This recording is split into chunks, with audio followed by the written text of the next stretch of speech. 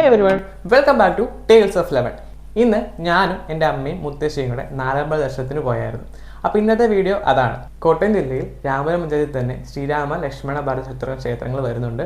അപ്പോൾ ഞങ്ങൾ ഇന്ന് അവിടെയാണ് പോകുന്നത്. ഇതിൻ്റെ ഫസ്റ്റ് ഔട്ട്ഡോർ വ്ലോഗ് ആയതുകൊണ്ട് തന്നെ അതിൻ്റേതായിട്ടുള്ള കുറച്ച് പോരായ്മകൾ ഇതിലുണ്ട്. ഇതിൻ്റെ കോസ്റ്റ്യൂം എങ്ങനെയുണ്ട്? നല്ലതാണോ? എൻ്റെ കോസ്റ്റ്യൂമിൻ്റെ ചെറിയൊരു വീഡിയോ ഞാൻ ഇതിൽ ഉൾപ്പെടുത്തിയിട്ടുണ്ട്.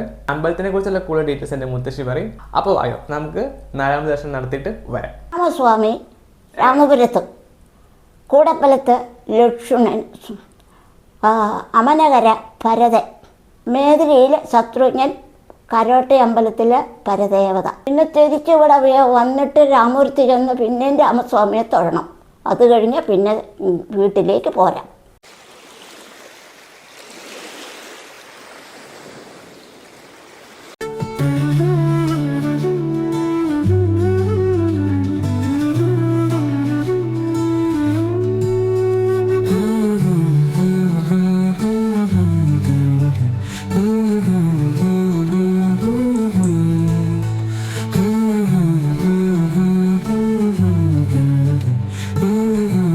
ഞാനും അമ്മയും മുത്തശ്ശിയും പോകാൻ വേണ്ടി റെഡിയായി പുറത്തിറങ്ങി. എൻ്റെ റെഡിയാവണം നിങ്ങൾ കണ്ടല്ലോ. ഞങ്ങൾ പോകുന്നത് 2 വണ്ടിയിലാട്ടോ.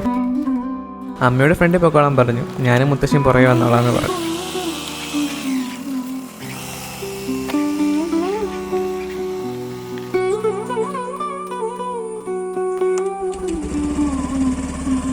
ഞങ്ങൾ അങ്ങനെ ആദ്യത്തെ അമ്പലമായ രാമപുരം ശ്രീരാമസ്വാമി ക്ഷേത്രത്തിൽ എത്തിയിരിക്കുന്നു. ഇന്ന് ഞങ്ങൾ പോയത് വ്യാഴാഴ്ച ആയതുകൊണ്ട് തന്നെ തിരക്ക് കുറവായിരുന്നു. കാരണം വർക്കിംഗ് ഡേയ്സിൽ ഇവിടെ യൂഷ്വലി തിരക്ക് കുറവായിരിക്കും. വീക്കെൻഡിൽ ഭയങ്കര തിരക്കായിരിക്കും. ശനി ഞായർ നല്ല തിരക്കായിരിക്കും. കഴിഞ്ഞ ആഴ്ചയൊക്കെ റോഡ് നിറയെ വണ്ടി പാർക്ക് ചെയ്തിട്ടേക്കുമായിരുന്നു.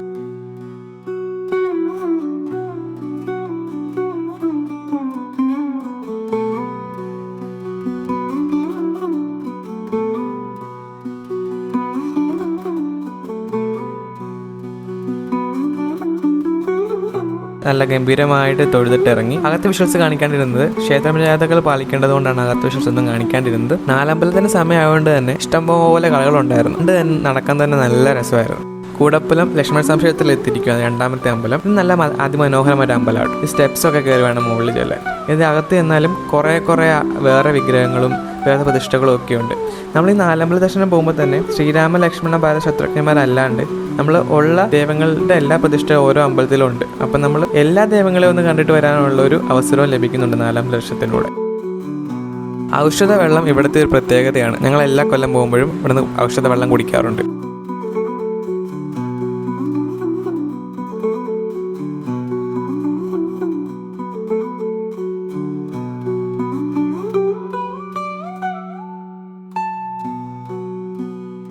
ലക്ഷ്മണ സ്വാമി ക്ഷേത്രത്തിലും തൊഴുതിട്ട് ഇറങ്ങി. ഇനിയിപ്പോൾ അടുത്തത് അമനകര ഭരതസ്വാമി ക്ഷേത്രത്തിൽ 3ാമത്തെ അമ്പലം.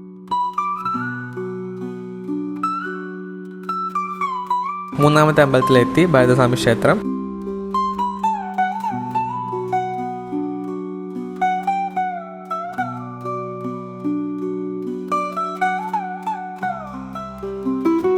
ഇവിടുത്തെ മഹാദേവന് ഒരു ദക്ഷിണ കൊടുത്ത് മാത്രം ചെയ്യാൻ പറ്റുന്ന ഒരു വഴിപാടാണ് മലർപ്പറ.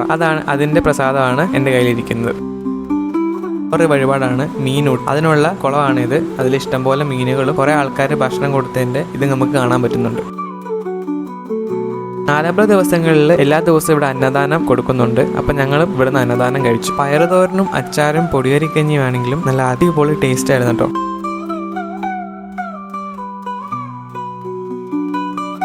ഉറുമ്പിക്കാവും കൂടെ സന്ദർശിച്ചു. ഇനി 4ാമത്തെ അമ്പലമായ മേദിനി ശത്രുഘ്ന സ്വാമി ക്ഷേത്രം ഞങ്ങളുടെ വീടിന്റെ തൊട്ടടുത്തുള്ള അമ്പലം കേട്ടോ. ഇവിടുത്തെ കൊത്തുപണികൾ കാണാൻ നല്ല രസമാണ്. അകത്ത് വീഡിയോഗ്രാഫി നിരോധിച്ചിരിക്കുന്നതുകൊണ്ട് ഞാൻ വളരെ കുറച്ച് മാത്രമേ എടുത്തിട്ടുള്ളൂ.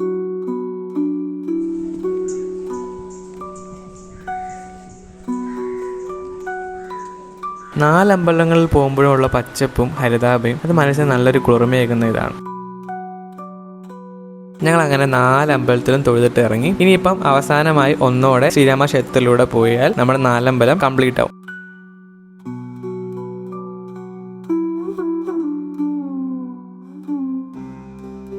അങ്ങനെ ശ്രീരാമ ക്ഷേത്രത്തിലും തൊഴുതിട്ട് ഇറങ്ങി 4 അമ്പല യാത്ര പൂർണ്ണമായിരിക്കുന്നു. മനസ്സിന് എന്തെന്നില്ലാത്തൊരു സമാധാനം.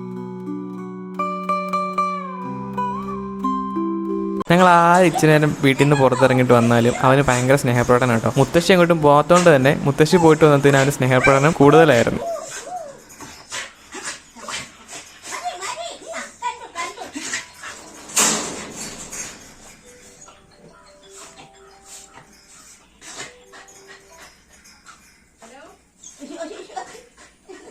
അപ്പോൾ വീഡിയോ ഇത്രേ ഉള്ളൂ. വീഡിയോ ഇഷ്ടപ്പെട്ടാൽ ഡു സബ്സ്ക്രൈബ് മൈ ചാനൽ. അടുത്ത വീഡിയോ ആയിട്ട് വരുന്നവരെ ബൈ.